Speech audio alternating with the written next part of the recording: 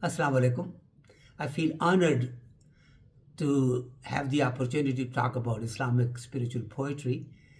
Being a lover of Iqbal and Rumi, I like to bring their message that they have taken from Al-Quran and really passed it on in beautiful short verses in Urdu and Persian poetry that has really been inspirational for most of the Muslim Ummah. Now our challenge is to make it simple and accessible to our future generations.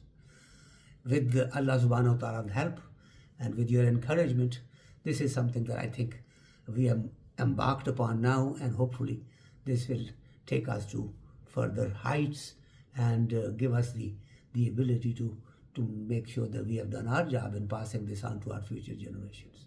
So please join this group and try to pass this message on to others.